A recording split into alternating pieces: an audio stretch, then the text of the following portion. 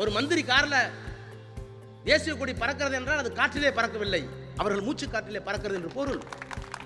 இதை மறந்தானா மந்திரியா இருந்தாலும் எம்பியா இருந்தாலும் எம்எல்ஏவா இருந்தாலும் பெப்ப வீட்டுக்கு அனுப்பிட வேண்டியதான். அதனால தான் எம்ஜிஆர்லாம் நான் மதிக்கிறதே இல்லை. நான் கலைஞரோட சொல்லுவேன், என் நண்பர் நீங்கள் வச்சுக்க உங்க நண்பர். வெள்ளக்காரன் வெளியிலிருந்து வந்தவனுக்கு இந்த நாட்டினுடைய மனிதனை மாண்பை மதிக்கக்கூடிய அந்த பேர் ஆண்மை இருந்தது. ஆனால் எம்ஜிஆருங்கிற ஒரு லூசுக்கு அது இல்லையே. பக்கத்தில் ஒருத்தன் கேட்டேன், மோடின்னா இன்னும் 10 மோடி இருக்கானு உள்ள பார்லிமெண்ட்ல. நீ சொல்லுகிற ராமர் கோயில் எதற்காக? 5%, 6%, 7% முஸ்லீமை விரட்டணும், 3% கிறிஸ்டின் அந்த வீட்டில் இருந்து விரட்டணும். அப்ப ராமாயணம் ஒற்றுமைப்படுத்துகிறது என்றால் நீ திறந்து வைத்திருக்கிற கோயில்களை ஒற்றுமைப்படுத்த தெரியவில்லை எங்களுக்கு. ஸ்ரீரங்கத்து பெருமாள்கிட்ட அவனுக்கு என்ன வேலை? ஒன்று தெரிஞ்சுக்க, எங்களுக்கும் கடவுள் வேணும், ஆனால் மனிதனை பற்றி கவலைப்படாத எந்த மிருகத்தோடும் எங்களுக்கு உடன்பாடு இல்லை. ஏழ்மையில் இருக்கிறவனை அந்த தொழிலுக்கு போய் என்று சொல்லுவது ஆரிய மாடல். வெளியே வா, உனக்கு 30,000 தர சொல்லி திராவிட மாடல். நாடாளுமன்றத்திற்கு வராத ஒரே பிரதமர் இந்திய துணைக்கண்டத்தினுடைய வரலாற்றில் மோடி தான். அந்த மாநிலத்தினுடைய முதலமைச்சரை ஒரு காட்டு மிராண்டியை காப்பாற்றுகின்ற அமித்ஷாவுக்கும் மோடிக்கும் என்ன பெயர் வைக்கலாம் என்பதை நாமக்கல்லிலே நீங்கள் முடிவு செய்யுங்கள்.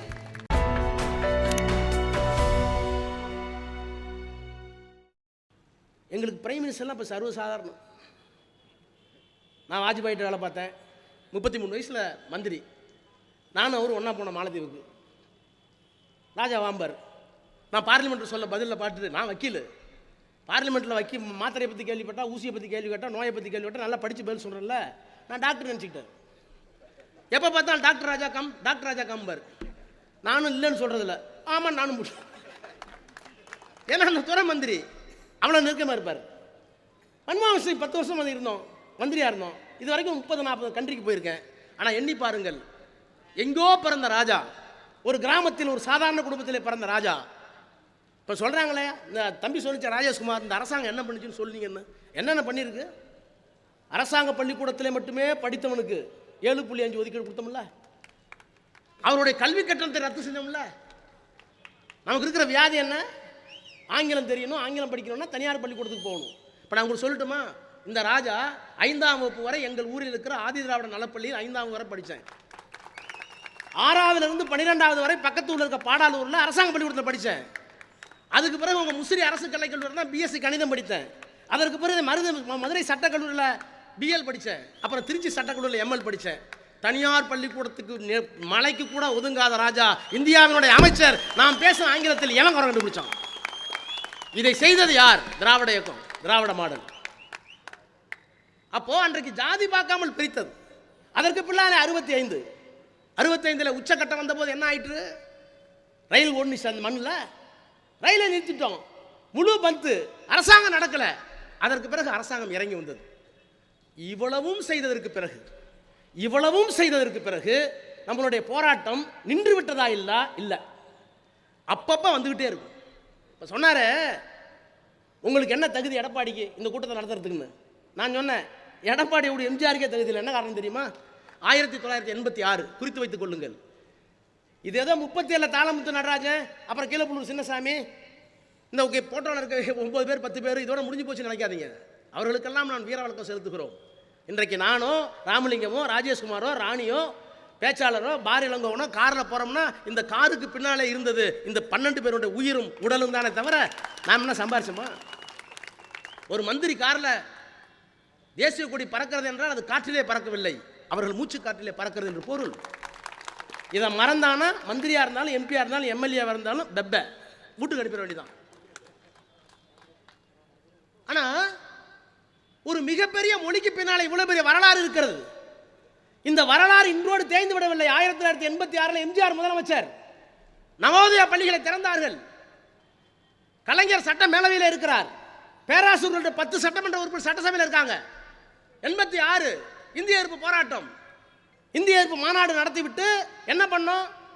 இந்தி தான் ஆட்சி மொழியாக இருக்குல்ல, அந்த பிரிவை அரசியல் சட்டத்தை கொளுத்தினோம். கொளுத்தியது யார்? பேராசிரியர், அவரோடு 10 சட்டமன்ற உறுப்பினர். கொளுத்தியது யார்? கலைஞர், சட்ட மேலவையில் இருந்தார். யார் முதலமைச்சர்? எம்ஜிஆர். எந்த எம்ஜிஆர்? அண்ணாவின் இதயக்கணி என்று சொல்லப்பட்ட எம்ஜிஆர். யார் அண்ணா? இந்திய எதிர்ப்பு போராட்டத்துக்கு அவர் தான் தலகர்த்தர். யார் அண்ணா? பெரியாருடைய தொண்டர், பெரியாருடைய தலகர்த்தர். அந்த அண்ணா பெயரால் எம்ஜிஆர் ஆட்சிக்கு வந்து 1986 இந்திய எதிர்ப்பு போராட்டத்தை திமுக முன்னெடுத்த போது கலைஞர் சட்ட மேலவையில் இருந்தார். அரசியல் சட்டத்தை கொளுத்தினார் என்பதற்காக எல்லாத்தையும் ஜெயிலில் பிடிச்சி போட்டார். அந்த ஜெயிலில் பிடிச்சி எம்ஜிஆர் போட்ட கூட பரவாயில்ல, எம்ஜிஆர் லூசு விட்டுறலாம். இவர்களுக்கு சட்டமன்ற உறுப்பினர் பதவியை எடுக்க வேண்டும் என்று அவை முன்னவர் தான் தீர்மானம் கொண்டு வரணும். PS பாண்டியன், மனலாவி அதிகாரம் படுத்த PS பாண்டியன் அவர் தான் ஸ்பீக்கர். என்ன கொடுமைன்னா சில விஷயங்களை மன்னிக்கவே முடியறதில்லை. என்னெல்லாம்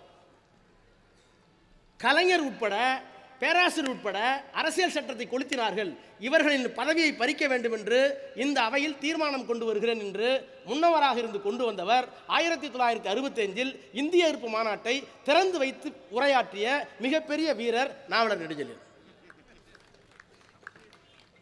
65 மாநாட்டுக்கு திறப்பாளர்.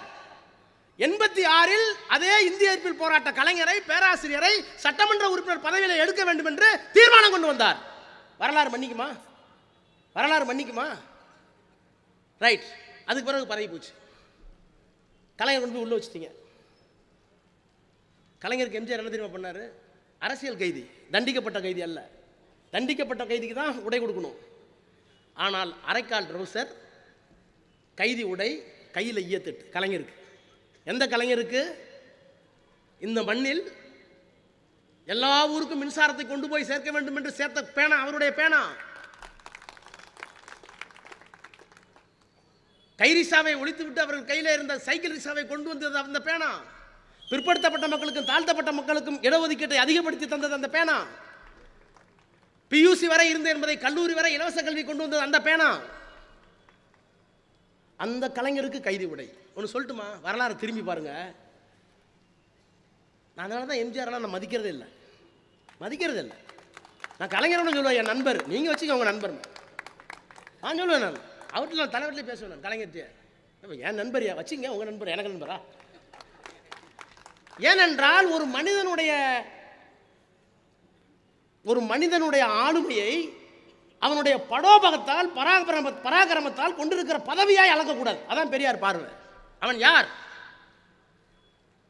எம்ஜிஆர்.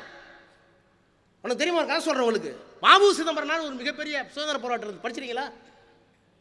வாவு சிதம்பரனார் பிள்ளைன்னு ஒரு பெரிய சுதந்திர போராட்ட வீரர். இப்போ அவரை கொண்டு போய் பிள்ளையார் சங்கத்துக்கு புள்ளமார் சங்கத்து தலைவராகிட்டான். இந்த நாடு விடுதலை அடைய வேண்டும் என்பதற்காக கோடிக்கணக்கான சொத்தை விற்று, தன் இருந்த கப்பலை விற்று, பெரிய தனவந்தர் எல்லாத்தையும் வித்துட்டு என் பிள்ளைக்கு ஒரு போலீஸார் வாங்கி கொடுத்து பெரியார் வந்து கெஞ்சினார். வறுமை உச்சகட்டத்துக்கு போச்சு. இந்த தேசம் விடுதலை அடைய வேண்டும் என்பதற்காக நேருவோடும் காந்தியோடும் காமராஜரோடும் இணைந்து பணியாற்றிய ஒரு மாபெரும் தலைவனை சாதி சிட்டிக்குள் அடக்க பார்க்கிறார்கள். அவருக்கு தமிழ் தெரியுமா? திருக்குறளுக்கு உரை எழுதியிருக்காருங்க. திருக்குறளுக்கு உரை எழுதியவர் வாவு சிதம்பரனார். தமிழ் அறிஞர், சைவ பக்தர், தேசிய உணர்வு பீரிட்டு எழுவதை அந்த மனிதனுக்கு இணையான இன்னொரு மனிதனை நான் பார்க்க முடியாது. கப்பல் வச்சிருந்தார் ஒரு தமிழன், கப்பலோட்டி தமிழன் பேர், சிவாஜி நடிச்சிருக்கார். எல்லாத்தையும் வித்து நடுரோத்துக்கு வந்துட்டார். அவருக்கு இரட்டை ஆயுள் தண்டனை கொடுத்தான். யாரு? வெள்ளக்கார ஜட்ஜி மாலேசன் பேர் உனக்கு. அவன் இடத்துல கொண்டு போய் இவருக்கு இவருக்கு வந்து சுதந்திர போராட்டத்துக்கு போராடினாரு, குண்டு வச்சாரு, எல்லாம் பண்ணாருன்னு சொன்ன உடனே வெள்ளக்கார துறை என்ன பண்ண ஜட்ஜு, இவருக்கு இரட்டை ஆயுள் தண்டனை 14 வருஷம் 28 வருஷம் ராண்டார் சொல்லிட்டு ஒரு எக்ஸம்ஷன் கொடுத்தாரு. நான் அறிந்த வகையில் இந்த வாவு சிதம்பரம் பிள்ளை இந்த பகுதி மக்களால் மிகவும் போற்றத்தக்க, மிக பண்பாடு உள்ள ஒரு பெரிய மனிதராக திகழ்கிறார். அவருக்கு தண்டனை கொடுத்து விட்டேன். ஆனால் அவருக்கு ஜெயிலில் கைதி உடை கொடுக்கக்கூடாது, அவரை கௌரவமாக நடத்த வேண்டும் என்று மாலேசன் என்ற வெள்ளைக்காரன் வாவு சிதம்பரம் போட்டான். தான் பையனுக்கு அந்த நன்றிக்கு மாலேஸ் துரைன்னு பையனுக்கு பேர் வச்சார். ஒரு வெள்ளக்காரன் வெளியிலிருந்து வந்தவனுக்கு இந்த நாட்டினுடைய மனிதனை, மாண்பை மதிக்கக்கூடிய அந்த பேர் ஆண்மை இருந்தது. ஆனால் எம்ஜிஆருங்கிற ஒரு லூசுக்கு அது இல்லையே. நான் உண்மையை தானே சொல்கிறேன். இதையெல்லாம் வரலாறு, இதெல்லாம் தாண்டி வந்தவர் தான் கலைஞர். அப்போ அதுதான் இன்றைக்கும் தொடர்கிறது. அப்பப்போ இந்திய எதுக்கு கொண்டு வராங்க? இந்திய கொண்டு வந்தால் சமஸ்கிருதம் ரொம்ப ஈஸி. இன்றைக்கு ஏதாவது புரியுதா? வக்கீல் வந்திருக்கீங்களா? ஐபிசி எடுத்துட்டான்ல, ஐபிசி, சிஆர்பிசி, சிபிசி எல்லாம் மாற்றிட்டான. வாயில நுழையிலையே. சர்வ சிக்ஷா அபியான்ங்கிறான் உங்கள் திட்டம். இந்திரா காந்தி இருந்துச்சு, integral rural development programme, IRDP. மூத்தவங்களாம் தெரியும். IRDPனா ஆடு மாடெல்லாம் லோனில் கொடுத்தான். அந்த அம்மா என்ன செஞ்சு தமிழ் படுத்திக்கினாங்க. ஒருங்கிணைந்த ஊரக வளர்ச்சி திட்டம், இந்திரா குடியிருப்பு திட்டம். இப்போ எதுவுமே தெரியல எங்களுக்கு. நாங்கள் இருந்து போகிறோம்ல எம்பிக்கள், எங்கள்கிட்ட ஒருத்தன் கேட்டான் நாடாளுமன்றத்தில், என்ன மோடிஜி இவ்வளோலாம் நல்லா பண்ணுறாரு, நீங்கள் தமிழ்நாட்டில் மட்டும் தனியாகவே இருக்கீங்களே, நாங்கள் ஜெய் ஸ்ரீராமுங்கிறோம், நீங்கள் பெரியார் வாழ்கிறீங்களே என்ன அப்படின்னு கேட்டான். ஒன்றும் புரியலையே உங்களை பார்த்தாங்களே, ஏன்னா ஏன் என்ன தான் நான் உங்களுக்கு இன்னும் என்ன தான் செய்யணும்னா, எப்படி நீங்கள் வேறு மாதிரி இருக்கீங்கன்னா. நான் கேட்டேன், உன் பேர் என்னன்னு கேட்டேன். அபிஷேக் பாண்டேன்னா. பாண்டேனா ஜாதி. பக்கத்தில் ஒன்று கேட்டேன், அபிஷேக் அகிலேஷ் பானர்ஜின்னா. பானர்ஜி ஜாதி. அவன் பக்கத்தில் கேட்டேன், அவன் சின்னான்னா. சின்னா ஜாதி. பக்கத்தில் ஒருத்தன் கேட்டேன், மோடின்னா. இன்னும் 10 மோடி இருக்கானு உள்ள பார்லிமெண்ட்டில். ஒரு மோடி நினச்சிக்காதீங்க, மோடின்னு. மோடி ஜாதி, எல்லாத்துக்கும் ஜாதி. நாயுடு, அப்புறம் ஆந்திராவுக்கு வந்தால் நாயுடு, அப்புறம் கேரளாவுக்கு வந்தால் நாயர். ஏன்னா ஒரு பின்னாடி எல்லாம் ஒட்டிக்கிட்டு இருக்குல்ல, இதெல்லாம் 70-80 முன்னாடி விட்டு தொலைஞ்சி விட்டு டிஆர் பாலு, ராஜா, கனிமொழி, தயாநிதிமாறன் ஜாதி இல்லாமல் வாழக்கூடிய ஒரு மாநிலம் இருக்கிறது என்று சொன்னால் அது தந்தை பெரியாரால் தமிழ்நாடு. அப்ப அங்க உன் மதமும் வராது, உன் சமஸ்கிருதமும் உள்ள வராது. ஆக இன்றைக்கு இந்தியாவினுடைய இறையாண்மைக்கு ஒரு பேராபத்து. எதுவரை இந்தியா இருக்கும்? கையின்னு பார்க்கணும், காலன்னு பார்க்கணும், கண்ணுன்னு பார்க்கணும், தோலைன்னு பார்க்கணும், தொடையன்னு பார்க்கணும். நான் எல்லாம் ஒன்னா தானே இருப்பேன். அது கொடுக்கட்ட தமிழ்நாடு, தமிழ், மலையாளம், அப்புறம் தெலுங்கு, ஆந்திரா, ஒரிசா எல்லாம் சேர்ந்த இந்திய துணைக்கண்டம். இது ஒரு நாடு அல்ல. India is a subcontinent. அதனால தான் அம்பேத்கர் எழுதும்போது யூனியன் ஆஃப் இந்தியா எழுதினார். இந்தியா என்பது யூனியன் ஆஃப் ஸ்டேட்ஸ், மாநிலங்களுடைய ஒருங்கிணைப்பு, ஒன்றியம். இது ஒரு நாடு அல்ல, இது ஒரு தேசம் அல்ல. ஒரு தேசம்னா ஒரே மொழி இருக்கணும், ஒரே பண்பாடு இருக்கணும், ஒரே சாப்பாடு இருக்கணும். இருக்கா? ஒரே மொழியா, ஒரே தேசமா, ஒரே பண்பாடா? நீ கட்டுற பைஜாமா எனக்கு பிடிக்குமா? எப்போ ஏதோ சுகர் வந்துருச்சு அவன் சப்பாத்தி அவன் சாப்பிட்டு தொலைக்கிறோம். இதுக்கு முன்னாடி சாப்பிட்டோமா எப்பாவது? எங்கள் இட்லி வேணா அவனுக்கு பிடிக்கலாம். ஸோ உன் பண்பாடு வேற, உன் அடையாளம் வேற, உன் சாப்பாடு வேற, உன்னுடைய இறை நம்பிக்கை வேற, எங்கள் இறை நம்பிக்கை வேற. நீ அக்கார விட சொல்லுங்கிற, நாங்கள் ஆடு வெட்டுறோம், எங்கள் வீரபத்திர சாமி இன்னும் இருக்காரு, முனியாண்டி இன்னும் இருக்காரு, சாராயம் படப்போம். அப்போ இந்த கலாச்சாரத்தை, இந்த மொழி அடையாளத்தை, எங்களுடைய பண்பாட்டு அடையாளத்தை விட்டு விட்டு ஏகமாதா பாரதம், ஒரே இந்தியா, ஒரே நாடு, ஒரே தேசம், அதை ஒப்புக்கொள்ள முடியாது என்று சொல்லுவதற்குத்தான் எங்களுக்கு பின்னாலே தந்தை பெரியார், அண்ணா, கலைஞர் என்கின்ற மகத்தான தலைவர்கள் அவர்களின் அடையாளமாக இன்றைக்கு திராவிட மாடல் நடத்தி கொண்டிருக்கிற முத்துவேல் கருணாநிதி செல்கின்ற அந்த மகத்தான மனிதர். இன்னைக்கு திராவிட மாடல்னா என்ன? எல்லாம் எல்லாருக்கும் தான். அதை மட்டும் மாற்றி சொல்லிட்டு இன்னைக்கு சுயமரியாதை திராவிட மாடல், சமத்துவம் திராவிட மாடல், மாநில சுயாட்சி திராவிட மாடல், தேசிய இனங்களின் உரிமை திராவிட மாடல், இதெல்லாம் சேர்ந்தான் திராவிட மாடல். எங்கள் மொழியை, எங்கள் பண்பாட்டை, எங்கள் தேசத்தை நீ மதிக்க மாட்டேன்னா எவ்வளோ வாங்குற? உத்தரப்பிரதேச ராமர் கோயில் கட்டிட்டீங்க. இந்த ஆண்டு அந்த மாநிலத்தினுடைய மத்திய அரசாங்கத்துக்கு செலுத்திருக்க வரி எவ்வளோ தெரியுமா? ராமர் கோயிலை இவர்கள் திறந்து வைத்திருக்கிறார்களே, ராமருக்கு ஒன்றும் விரோதி கிடையாது. நான் கம்பராமாயணத்தை படிக்கும்போது எங்கள் வாத்தியார் சொல்லிக் கொடுத்தது, நான் 8வது படிக்கும்போது எங்கள் வாத்தியார் சொல்லிக் கொடுத்தார். ராஜமாணிக்கன் எங்கள் தமிழையா சொல்லிக் கொடுத்தார். இன்னும் ஞாபகம் இருக்குது. மனித இன செம்மலான ராமனையும், நல்ல கவுனி, மனித இன செம்மலான ராமனையும், குரங்குகுல குற்றவனான சுக்ரீவனையும், வேறுபட்ட வேட்டுவையின வேந்தனான குகனையும் ஒருமைப்படுத்தி காட்டுவதுதான் ராமாயணம். அப்போ ஒரு வேட்டுவன், ஒரு குரங்கு, குகனோடு ஐவரானம்னர், பரதன் அண்ணன் தம்பி, லட்சுமணன் என் தம்பி, சத்ருகன் என் தம்பி, நாங்கள் 4 பேர் சீதையை தேடிட்டு போகிறான். காட்டில் குகன் ஒருத்தன் வர்றான், காட்டுவாசி. அவன் தான் தேன் கொடுக்குறான், அவன் தான் சாப்பாடு கொடுக்குறான், அவன் தான் தெனை கொடுக்குறான். அப்போ சொல்கிறான், குகனோடு ஐவரானோம். அப்புறம் அதுக்கு பிறகு போகிறான், சுக்ரீவனை பார்க்குறான், அறுவரானோங்கிறான், குன்று சால்வான் மகனோடு அறுவரானோம். அப்புறம் தாண்டி விபீஷணன் போகிறான், ராவணன் விட்டு விபீஷணன் வந்துடுறான், விபீஷணனை கட்டி பிடிக்கிறான், மைந்த உன்னோடு எழுவரானோம். அப்போ குரங்கா, வேட்டுவனா, மனுஷனா, எல்லாம் யாரெல்லாம் எனக்கு உதவி செய்கிறார்களோ, யாரெல்லாம் என் வாழ்க்கையோடு இருக்கிறார்களோ அவர்கள் எல்லாம் எனக்கு சகோதரன். அந்த ராமனை வச்சிருக்க, அந்த ராமனுக்கா கோயில் திறந்திருக்க? நீ சொல்லுகிற ராம கோயில் எதற்காக? 5%, 6%, 7% முஸ்லீமை விரட்டணும், 3% கிறிஸ்டின் அந்த வீட்டில் இருந்து விரட்டணும். அப்போ ராமாயணம் ஒற்றுமைப்படுத்துகிறது என்றால் நீ திறந்து வைத்திருக்கிற கோயில் எங்களை ஒற்றுமைப்ப தெரியவில்லை. எங்களுக்கு ஒற்றுமைப்படுத்துவதாக இருந்திருந்தால் 21,000 கோடி நட்டம் எங்களுக்கு. தூத்துக்குடியில் புயல், தென் மாவட்டங்கள் முழுகிவிட்டது, சென்னையில் பெரும் புயல், நாங்கள் கேட்டது 21,000 கோடி. பேரின்மை மேலாளர்ந்து கொடுன்னு சொன்னோம், ஒரு பைசா எங்களுக்கு வரல. 500 கோடியை கொடுத்த, எதுல இருந்து கொடுத்த? ஒரு மாநிலத்துக்கு கஷ்டம் வந்தால் கொடுக்கணும்னு வச்சிருக்கிற பணத்திலிருந்து கொடுத்த. 60க்கும் மேற்பட்ட செத்து போயிட்டான், பணம் மிதக்குது, ஊர் இல்லை, உலகம் இல்லை, ரோடு இல்லை, சாப்பாடு இல்லை, பள்ளிக்கூடத்தை எல்லாத்தையும் மூடிட்டோம், திங்கிறதுக்கு சாப்பாடு இல்லை. 21,000 கோடி ஒரு முதலமைச்சர் கேட்கிறார், ஒரு பைசா தரமாட்டேங்கிற. ராமருக்கு கோயில் கட்டு ஸ்ரீரங்கத்துக்கு வர, எதுக்கு வர ஸ்ரீரங்கத்தில்? ஸ்ரீரங்கத்து பெருமாள்கிட்ட அவனுக்கு என்ன வேலை? ஒன்று தெரிஞ்சுக்க, எங்களுக்கும் கடவுள் வேணும், ஆனால் மனிதனை பற்றி கவலைப்படாத எந்த மிருகத்தோடும் எங்களுக்கு உடன்பாடு இல்லை. அதான எங்க ராணி சொல்லிச்சு, சகோதரி. நமக்கல்ல ஜாதி இல்லையா? நம்ம வெளிப்படையாக பேசுவோம். சாதி மறுப்பு இருக்குன்னா திமுக சாதி மறுப்பு நான் மறைக்கல. சாதியை ஒழித்து கொண்டிருக்கிறோம், பேரை எடுத்துட்டோம், தொட்டுக்கிட்டோம், கொஞ்சம் கொஞ்சமாக வர்றோம், கலப்பு திருமணம் நடந்துக்கிட்டு தான் இருக்கு. இல்லைன்னா இல்லை. இப்போ என் வீட்டில் இல்லாத ஜாதியே இல்லையா? இப்போ என்னோட வந்திருக்காரு கண்ணன், ஒரு ரெட்டியார், எங்கூர் ரெட்டியார். எங்கள் வீட்டில் என்ன ஜாதி இல்லை? கடைசியாக எங்கள் அண்ணன் பொண்ணு அகமதாபாத்தில் ஐஐடி படிச்சிச்சு, ஒரு பானர்ஜி பையனை லவ் பண்ணிச்சு. வேறு வந்து கல்யாணம் பண்ணி வச்சார் திருச்சியில். பானர்ஜி வந்துட்டாங்க, புள்ளமார் வந்துட்டாங்க, நாடார் வந்துட்டாங்க, செட்டியார் வந்துட்டாங்க, தஞ்சாவூர் கலர் வந்துட்டாங்க, எல்லா ஜாதியும் மாப்பிள்ளையே பொண்ணு எங்கள் வீட்டில் இருக்கான். இப்போ பாரத கிளாஸும் சூப்பர் பாரத விவசாயி போச்சு எங்கள் வீடு, சாதி இல்லாமல் மதம் இல்லாமல். இப்போ என் பொண்ணுக்கு மாப்பிள்ளை பார்த்தாரு எங்கள் அண்ணன், லண்டனில் படிக்குது. நல்லா கவனிச்சிங்க, திராவிட மாடல் என்ன பண்ணிச்சுன்னு கேட்குறீங்களே. 1910 எங்கள் தாத்தா என்ன பண்ணார் எனக்கு தெரியாது. பறை அடித்தாரோ பணம் எடுத்தாரோ எனக்கு தெரியாது. சாதிக்கு பயந்து, தீண்டாமைக்கு பயந்து ஓடினார் இலங்கைக்கு. வெள்ளக்காரன்ட்ட போனார், வேலை பார்த்தாரு, இங்கிலீஷ் படித்தார். எங்கள் அப்பா அங்கேயே படித்தார் இங்கிலீஷு. அவருக்கு நான் 8வது பிள்ளை. எங்கள் தாத்தா செத்து போயிட்டார். இங்கிருந்து ஓடிய என் தாத்தா தீண்டாமைக்கு ஓடினார், ஏழ்மைக்கு ஓடினார். அவருடைய மகன் 15 ஏக்கர் நிலம் வாங்கினார். அவருக்கு பிறந்த 8வது பிள்ளை இந்தியாவினுடைய அமைச்சராயிட்டார். இதை செய்துதான் திராவிடம். சரி, இதோட என்ன பரவாயில்ல, எனக்காச்சும் ஜாதி தெரியும். காலேஜ் படிக்கும்போது யாருன்னு பார்த்துருப்பான், 2 பேர். என் சர்டிஃபிகேட்டை பார்த்துட்டு வெசின்னு இருப்பான்.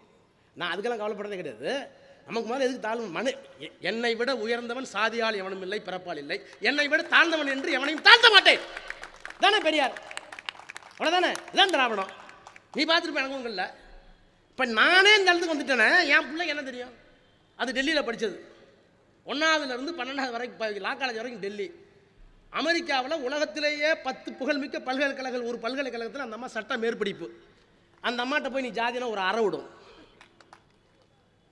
அப்ப இந்த மாற்றங்களை 100 ஆண்டு காலத்தில் 1910 பிணமெடுத்துக் கொண்டோ மேலமெடுத்துக் கொண்டோ இருந்த ஒரு தாழ்த்தப்பட்டவன் தீண்டாமைக்கு ஓடினானே, அவனுடைய கொள்ளு பேத்தி இன்றைக்கு லண்டனிலே புகழ்பெற்ற பல்கலைக்கழகத்தில் படித்து முடித்து விட்டு இன்றைக்கு வந்திருக்கிறார். என்ன காரணம்? இதெல்லாம் தான் நாங்கள் செஞ்சோம்.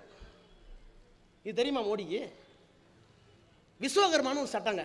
அதாவது எது திராவிட மாடல், எது ஆரிய மாடல் தெரிஞ்சுங்க. ஏன் இந்த மொழியை நம்ம காப்பாற்றுறோம்? இந்த மொழிக்கு பின்னால் இவ்வளோ சரித்திரம் இருக்குது. இந்த மொழியை விட்டால் நம்ம சரித்திரம் போயிடும்.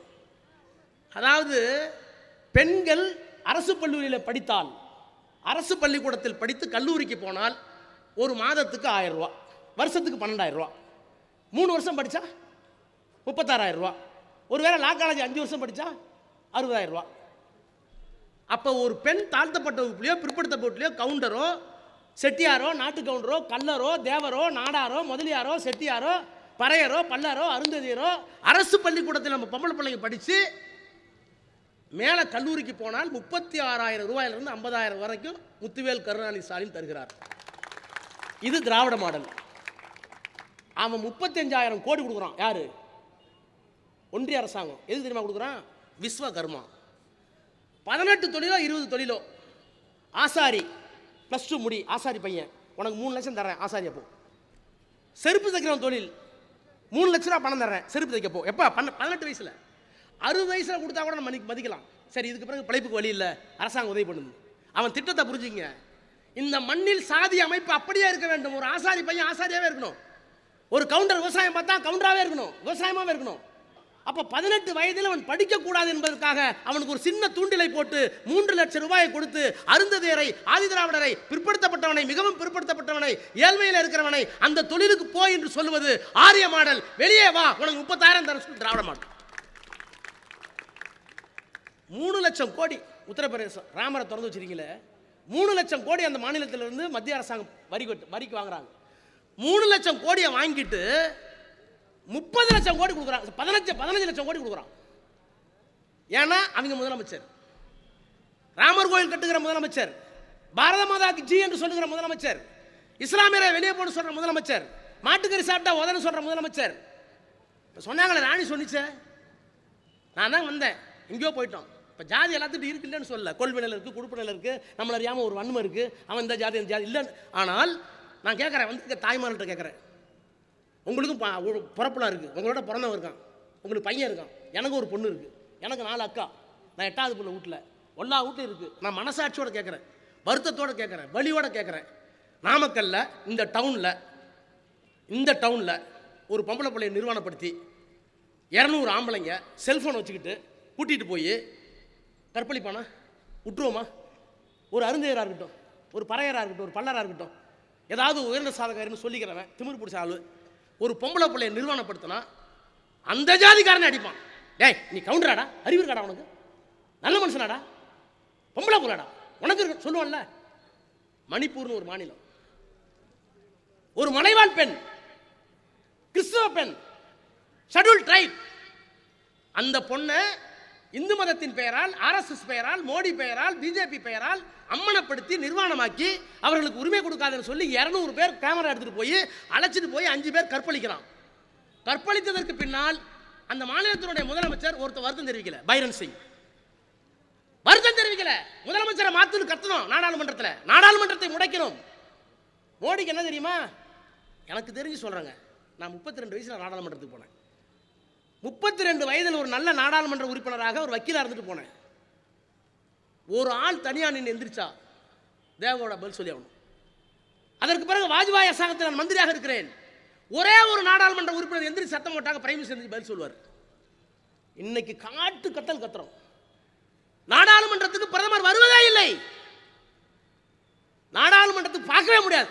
நாங்கள் பார்த்தா மோடி ரொம்ப நாள் ஆச்சு, என்னைக்காச்சும் வருவார், அவருக்கு பதில் சொல்லி ஓடிடுவார், அவ்வளோதான். ஒரே நாள், வருஷத்துக்கு ஒரு நாள். நாடாளுமன்றத்திற்கு வராத ஒரே பிரதமர் இந்திய துணைக்கண்டத்தினுடைய வரலாற்றில் மோடி தான். ஜவஹர்லால் நேருலேருந்து நான் மன்மோகன் சிங் வரைக்கும் பார்த்துருக்கேன், வரதே கிடையாது. நாங்கள் கூப்பாடு போட்டோம், ஒரு ஒரு ஒரு மலைவாழ் பெண்ணை அம்மனப்படுத்தி அழைச்சிட்டு போயிருக்கானே அந்த மாநிலத்துடைய முதலமைச்சர் இருக்கானே காட்டுமிராண்டியா சத்தம் போட்டோம். அடுத்த நாள் விவாதம் வந்தது நாடாளுமன்றத்தில். நாங்கள்லாம் நினைச்சோம் பிரதமரோ உள்துறை அமைச்சரோ வந்து மன்னிப்பு கேட்பார். ஒரு காட்டுப்பிராண்டித்தனம் நடந்து விட்டது, ஒரு பழங்குட பண்ணுக்கு வந்து விட்டது. இது மானுட சமுதாயத்திற்கு அவமானம். இது ஒரு ஜாதிக்கு அல்ல, ஒரு மதத்துக்கு அல்ல, ஒரு கிறிஸ்துவத்துக்கு அல்ல. உலகத்தில் எந்த பெண்ணை நிர்வாணப்படுத்தி அழைத்து கொண்டு போனாலும் அவன் காட்டுமிராண்டி. அந்த காட்டுமிராண்டித்தனத்தை அனுமதித்தால் என்ன ஆகுதுன்னு நாங்கள் கேட்டோம். ஆனால் அமித்ஷா வந்தார், முதலமைச்சர் மீது எந்த தப்பும் இல்லை, மணிப்பூரில் எந்த தவறும் நடக்கவில்லை, எல்லாம் சரியாகத்தான் நடக்கிறது, நாங்கள் பார்த்துக் கொள்கிறோம். வெளியே வந்துட்டோம் கோபத்தில். அடுத்த நாள் மோடி பேசினார், மணிப்பூரில் சகஜ நிலைக்கு வந்து விட்டது, நீங்கள் கவலைப்படாதீர்கள், நாங்கள் பார்த்துக் கொள்கிறோம். எங்கே போகிறது? நாடாளுமன்றமா மாட்டுத் தொழுவமானு தெரியல. நான் நிறைந்த நீதிமன்றத்தை சொல்வதை போல இந்த நாமக்கல்லில் சொல்கிறேன், மதத்தின் பெயரால், ஜாதியின் பெயரால் ஒரு ஆதி திராவிட பெண்ணை, ஒரு மலைவாழ பெண்ணை, ஒரு கிறிஸ்துவ பெண்ணை அம்மனப்படுத்தி அழைத்து கொண்டு போனதற்கு பிறகு அந்த மாநிலத்தினுடைய முதலமைச்சரை ஒரு காட்டுமிராண்டியை காப்பாற்றுகின்ற அமித்ஷாவுக்கும் மோடிக்கும் என்ன பெயர் வைக்கலாம் என்பதை நாமக்கல்லிலே நீங்கள் முடிவு செய்யுங்கள். அது நடக்குமா இங்க? ஏன்? இது பெரியார் மண், இது அண்ணா மண், இது கலைஞர் மண், இது முத்துவேல் கருணாநிதி ஸ்டாலின் மண். எனவே உங்களையெல்லாம் நாம் கேட்டுக்கொள்வது எதுக்கு வீர வணக்க நாள்? இந்த தமிழுக்கு பின்னால் இவ்வளோ இருக்கு, நம்மளுடைய அடையாளத்தை ஏன் அழிக்கிறான்? நமக்கு திருக்குறள், அவங்களுக்கு பகவத்கீதைங்கிறாங்க. பகவத்கீதை 4 பிரிக்குது, 5 பிரிக்குது. நமக்கு திருக்குறள் எல்லாம் ஒன்றுன்னு சொல்லி கொடுக்குது. ஆக 2 பண்பாடு, நேரு ஒப்புக்கொண்டதை போல, சிபி ராமசாமி ஒப்புக்கொண்டதை போல, ராதாகிருஷ்ணன் ஒப்புக்கொண்டதை போல, வரலாற்று ஆய்வாளர்கள் ஒப்புக்கொண்டதை போல, இந்தியாவில் 2 பண்பாடு. எங்களுடைய திராவிட பண்பாடு, உன்னுடைய வேற பண்பாடு சமஸ்கிருத பண்பாடு.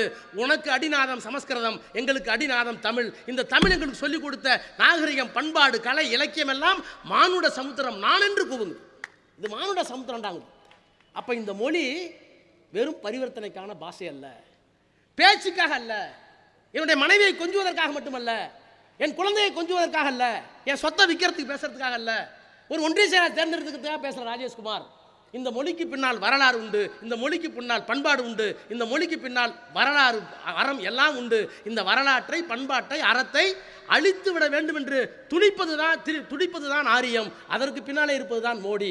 அந்த மோடியை தமிழ்நாட்டுக்குள் வரவிடாமல் பார்த்துக் கொள்வதுதான் இந்த வீர வணக்கானலில் நாம் எடுத்துக்கொள்ள வேண்டிய சபதம். நன்றி, வணக்கம்.